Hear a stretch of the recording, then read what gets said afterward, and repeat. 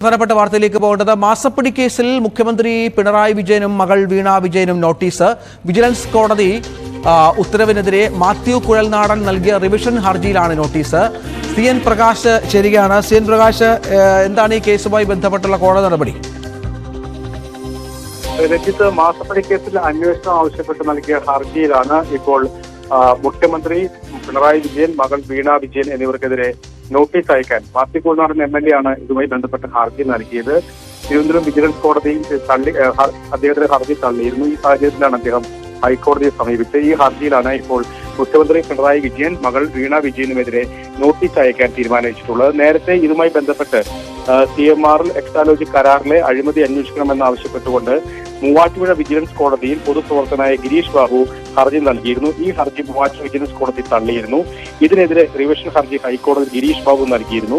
ഗിരീഷ് ബാബുവിന്റെ ഹർജിയും മാത്യു കുഴൽനാടന്റെ ഹർജിയും ഒരുമിച്ചാണ് ഇന്ന് ഹൈക്കോടതി കേട്ടത്. ഈ സാഹചര്യത്തിലാണ് ഇന്ന് നോട്ടീസ് അയക്കാൻ തീരുമാനിച്ചിട്ടുള്ളത്. നേരത്തെ ഈ ഹർജി നൽകിയതിനു ശേഷം ഹൈക്കോടതി നൽകിയ ശേഷം പൊതുപ്രവർത്തകനായ ഗിരീഷ് ബാബു മരണപ്പെടുന്ന സാഹചര്യം ഉണ്ടായി. അതിനുശേഷം ഗിരീഷ് ബാബുവിന്റെ അഭിഭാഷകൻ ഈ കേസുമായി മുന്നോട്ട് പോകുന്നില്ല എന്നാണ് കോടതിയെ അറിയിച്ചത്. എന്നാൽ അമിക്കസ് ക്യൂറിയെ വെച്ചുകൊണ്ട് കോടതി പാർട്ടിയുടെ അനുമതിയോടുകൂടി തന്നെ ഹൈക്കോടതിയിലേക്ക് പോയി. ഹൈക്കോടതിയിൽ ആ കേസ് പോകും. ഒരു വിചാരണ കോടതിയിൽ തള്ളിക്കഴിഞ്ഞാൽ പിന്നെയുള്ള ഓപ്ഷൻ അപ്പീൽ പോവാണ്. ആ അപ്പീൽ ഫൈറ്റ് ചെയ്യും, നിയമപരമായി ഫൈറ്റ് ചെയ്യും ആ കേസ്. ഈ CPM പറയുന്ന പോലെ ശല്യക്കാരന്റെ വ്യവഹാരി ശല്യക്കാരൻ തന്നെയായിരിക്കും. എവിടെയാ? അല്ല, അദ്ദേഹം ഒരു കേസ് കൊടുത്തതിന് അദ്ദേഹത്തെ ശല്യക്കാരനായ വ്യവഹാരി എന്ന് വിളിക്കുന്നതിന്റെ കാര്യം എന്താ?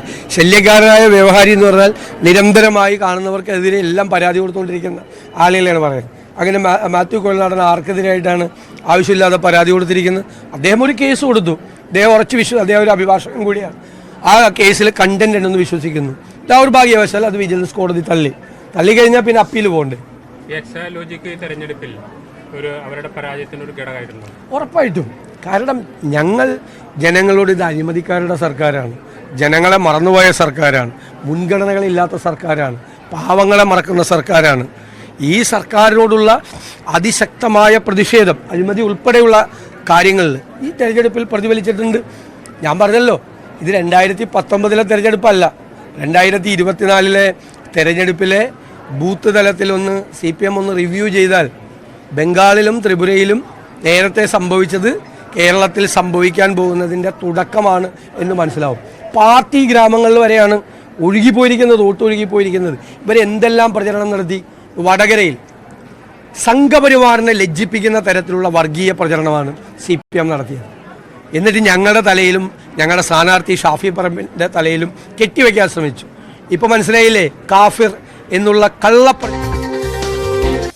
തിരുവഞ്ചൂർ രാധാകൃഷ്ണൻ ടെലിഫോൺ ലൈനിലുണ്ട്. നമ്മൾ ചർച്ച ചെയ്തുകൊണ്ടിരുന്ന വാർത്ത മാസപ്പടി കേസുമായി ബന്ധപ്പെട്ട് മുഖ്യമന്ത്രിക്ക് മകൾക്കും നോട്ടീസ് ഹൈക്കോടതി അയച്ചിരിക്കുന്നു എന്നുള്ളതാണ്. അന്വേഷണം ആവശ്യപ്പെട്ടുള്ള മാത്യു കുഴൽനാടന്റെ ഹർജിയിലാണ് നോട്ടീസ്. ശ്രീ തിരുവഞ്ചൂർ രാധാകൃഷ്ണൻ, മുൻ ആഭ്യന്തരമന്ത്രി, ടെലിഫോൺ ലൈനിലുണ്ട്. ശ്രീ തിരുവഞ്ചൂർ രാധാകൃഷ്ണൻ, ഈ കേസ് സമൂഹം ഒരുപാട് ചർച്ച ചെയ്തൊരു വിഷയമാണ്. SFI അന്വേഷണം നടക്കുന്നു. ഇതിനിടയിലാണ് മാത്യുവിന്റെ ഹർജി കൂടി എത്തുന്നത്. ഇപ്പോൾ നോട്ടീസ് അയക്കാൻ കോടതി തീരുമാനിച്ചിരിക്കുന്നു. എന്താണ് പ്രതികരണം?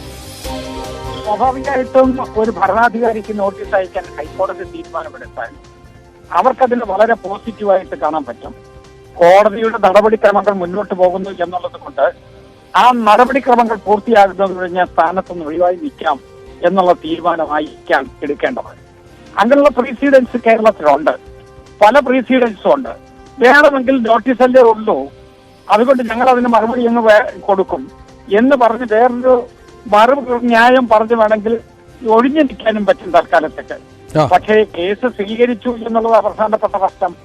നോട്ടീസ് അയക്കാൻ തീരുമാനിച്ചു എന്ന് പറയുമ്പോൾ തന്നെ ഏകദേശം കേസ് അംഗീകരിച്ചതിന്റെ മട്ടിലായി. പിന്നെ അതിന്റെ പ്രതികരണം നടത്തുന്നത് മുഖ്യമന്ത്രിയുടെ ഭാഗത്തു നിന്നാണ്.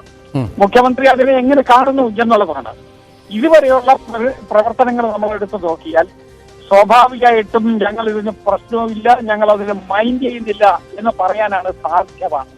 വേണമെങ്കിൽ നോട്ടീസ് ഞങ്ങൾ കൊടുക്കും, അതുകൊണ്ട് തന്നെ എന്നെങ്കിലും നിൽക്കും. അപ്പൊ അതുകൊണ്ട് ഈ നോട്ടീസ് കിട്ടിയിട്ടുള്ള ആളിന്റെ മനോഗതമാണ് ഇതിനകത്തെ പ്രധാനപ്പെട്ട പ്രശ്നം. ആ മനോഗതം എന്താ എന്നറിയാൻ കേരളത്തിലെ ജനങ്ങൾക്ക് കൗതുകമുണ്ട്. കേരളത്തിലെ ജനങ്ങൾ അത് കാത്തിരിക്കുകയാണ്. ശരി, തിരുവഞ്ചൂർ രാധാകൃഷ്ണൻ ഈ വിഷയത്തിൽ പ്രതികരിച്ചത്. ഏതായാലും മാസപ്പടി കേസുമായി ബന്ധപ്പെട്ട് മുഖ്യമന്ത്രിക്കും മകൾ വീണ വിജയനും നോട്ടീസ് അയച്ച് കോടതി ഹൈക്കോടതി എന്നുള്ളതാണ് ഏറ്റവും പ്രധാനപ്പെട്ട ഒരു സുപ്രധാനമായ വാർത്തയായി പുറത്തു. CN പ്രകാശ്, കോടതിയുടെ ഒരു സ്വാഭാവിക നടപടിക്രമം ഇത്തരത്തിലുള്ള ഹർജികൾ വരുമ്പോൾ എന്നതിനപ്പുറം ഇതിനുള്ള പ്രസക്തി എത്രയാണ്? കാരണം വിജിലൻസ് കോടതി പൂർണ്ണമായും തള്ളിയ ഒരു ഹർജിയായിരുന്നു ഇത്. ഹൈക്കോടതി, തിരുവഞ്ചൂർ പറഞ്ഞ പോലെ ഹൈക്കോടതി ഈ ഹർജി ഫയലിൽ സ്വീകരിക്കുന്നു എന്നല്ലേ മനസ്സിലാക്കേണ്ടത്? തീർച്ചയായും നേരത്തെ തെളിവുകളുടെ അഭാവത്തിലാണ് തിരുവനന്തപുരം വിജിലൻസ് കോടതിയും മൂവാറ്റുപുഴ വിജിലൻസ് കോടതിയും ഇതുമായി ബന്ധപ്പെട്ട ഹർജികൾ തള്ളിയത്. അതിനെതിരെ ഹർജിക്കാരായ മാത്യു കുഴൽനാടനും ഗിരീഷ് ബാബുവും നൽകിയ ഹർജികളാണ് ഒരുമിച്ച് ഹൈക്കോടതി പരിഗണിച്ചത്. ഈ ഹർജികൾ ഫയൽ സ്വീകരിച്ച് എതിർകക്ഷികൾക്ക് നോട്ടീസ് അയക്കുന്ന നടപടിക്രമത്തിലേക്കാണ് ഇപ്പോൾ ഹൈക്കോടതി തിരിഞ്ഞിട്ടുള്ളത്.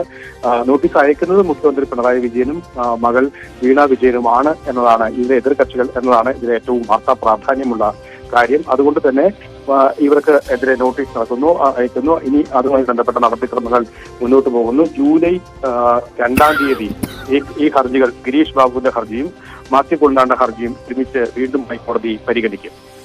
അതാണ് പ്രധാനപ്പെട്ട കാര്യം. മാത്യു കുഴൽനാടൻ്റെയും ഗിരീഷ് ബാബുവിൻ്റെയും ഹർജികൾ പരിഗണിക്കുന്നുള്ളതാണ്. മാത്യു കുഴൽനാടനും ഹർജിയിൽ ഇപ്പോൾ മുഖ്യമന്ത്രിക്കും മകൾ വീണ വിജയനും നോട്ടീസ് അയക്കാൻ ഹൈക്കോടതി തീരുമാനിച്ചിരിക്കുന്നു. വിശദീകരണം സ്വാഭാവികമായി നൽകേണ്ടി വരും. നേരത്തെ വിജിലൻസ് കോടതി തെളിവുകളുടെ അഭാവത്തിൽ തള്ളിയ ഒരു ഹർജി കൂടിയാണ് ഇത് എന്ന് പറയുമ്പോൾ അതിൻ്റെ പ്രസക്തി കൂടുന്നത്.